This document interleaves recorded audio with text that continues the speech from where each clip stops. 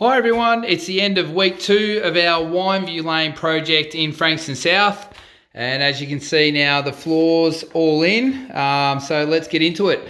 So this week we finalised all the flooring. We had to lower the floor 20mm here so that the tiles end up flush with the timber floors out in this hallway area. We ended up putting in 9 new stumps, several bearers, upgraded all the joists.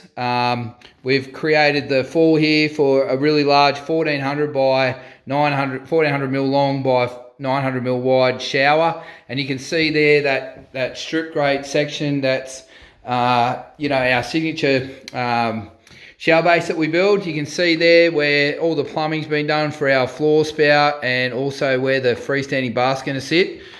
All the plumbing's been redone, so basically we ripped out everything, and we've put all new water lines, all new drainage points. So you can see here where the twin bowl vanity is going to go. That big shaving cabinet's been put in the wall now. You can see, we've run power, so power points on either side. There's 2 kids in the family, so one will have one side, one will have the other. We've blocked up that overhead bulkhead there, just so we get the right height when we tile. And we've also modified on this side here so that we can fit that really big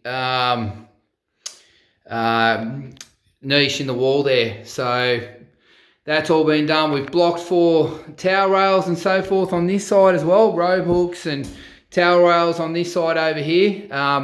The plumbers have knocked them out here, but they'll go back in there, so that'll be blocked that whole way across. They've just had to run that stink pipe up there through the wall. So all the plumbing's been completed.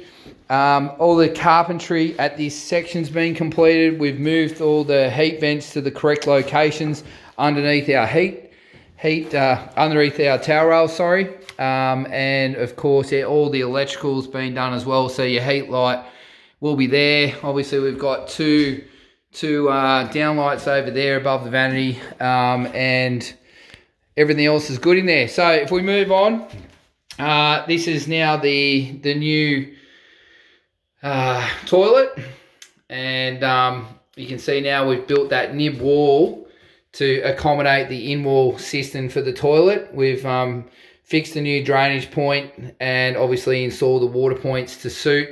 And then so that basically the top of that there, once that's tiled, that is the perfect height for the architraves to come down either side of the window there. And again, in this room here, we've lowered the floor. You can probably see it if we look this way. You can see there how the floor is now lowered 20mm, so that the tiles will end up flush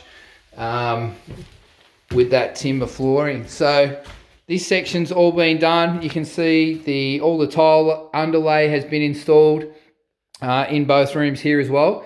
So we're actually almost fully prepared for plaster. Plastering will start in a couple of days. So there's just minor things to be done with carpentry, and then things like trimming back that expansion foam and things like that. So that's all done. If we move on into the laundry, so again, all of the plumbing's been changed, so it's all been moved in underneath the cupboard there. Our drainage point is there. All of the taps that came off the wall are now gone. We've got our light switch here, and we've got our power point over there. And then of course that obviously used to be up there, so that's been moved. We also put a power point here for the stick vac in this side of the cupboard, and I think I showed you last week, we moved the heat vent from here over to here. So that's a neat little bit of carpentry there to patch up that floor. So that's all done. So we move on through a little bit of additional work. The client's decided now to do the kitchen splashback.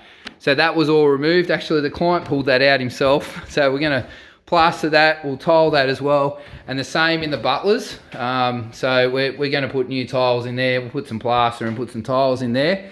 So that's looking really good. And when we pulled all the other side of the wall out, you can see that's the ensuite in there. That's the new shaving cabinet. So that'll take the screws now for the range hood, which used to just be sort of flapping in the breeze a little bit. It wasn't really held really well. And we also discovered that this overhead cupboard was actually screwed to nothing as well. So we'll put additional screws in that now. So it's a little bit of a bonus.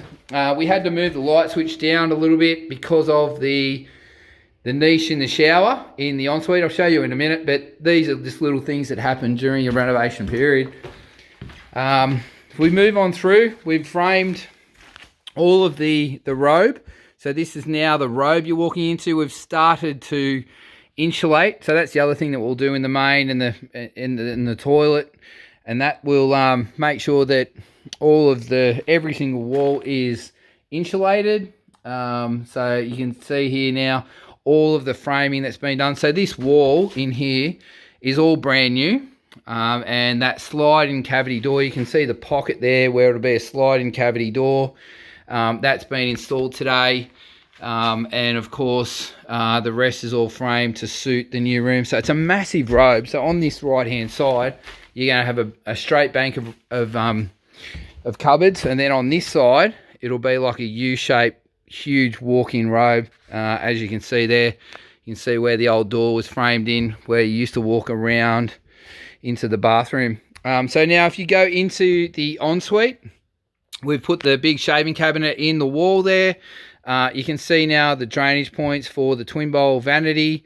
So your drainage points and your mixers off the walls there, your spouts and mixers.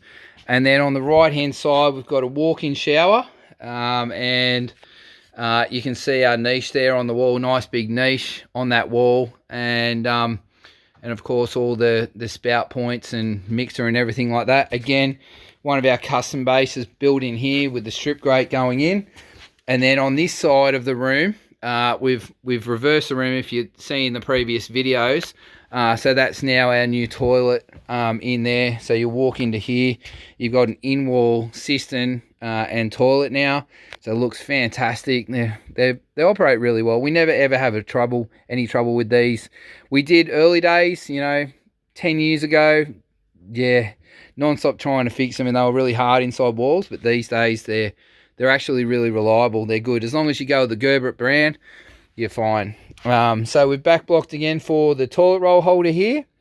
And then on this side, you can see that wall there now.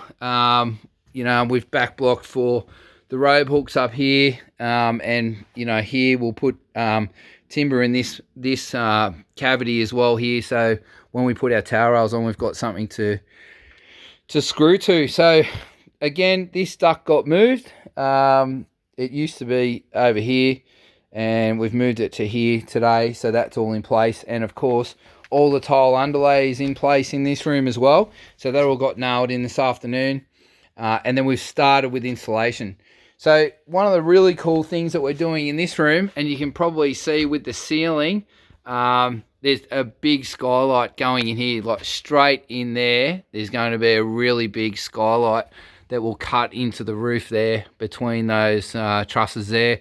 It's going to look fantastic. There was a discussion about it this afternoon with location, just trying to work out exactly where to put it, what's the best approach to take, and obviously, just making sure it's all going to look really, really good. One of the things that we discussed with the client was whether or not we keep with the decorative cornice, because the original plan is to tile to 2.4 meters high, and then we put in the decorative cornice. So we're matching the rest of the house. So you can see here, there's all decorative cornice everywhere in the whole house. Really, if you look, you can see it's really decorative. So yeah, we're putting decorative cornice in the robe, and there was to be the same in here. Now with the big skylight, whether or not there's enough room here between the skylight and the cornice, we're trying to determine for the lights, and obviously, where do we fit the heat light in the room for it to be functional and still look good. So when you do these kinds of renovations, it's always moving. The goalposts are always moving. It's never fixed, in stone sort of thing. There's always room for movement when we do builds like this. We just want the best outcome for the client always. We always want the room to function. We always want it to look the best it can look. So that's the kind of thing that we We do. So that's a run through of what we've done during the week. The week ahead, obviously, there's one or 2 days carpentry left. Just obviously, we'll have to at some stage get that skylight in. We're waiting on the skylight actually. It should be in. I think they said tomorrow. And once we get it, we'll get that in.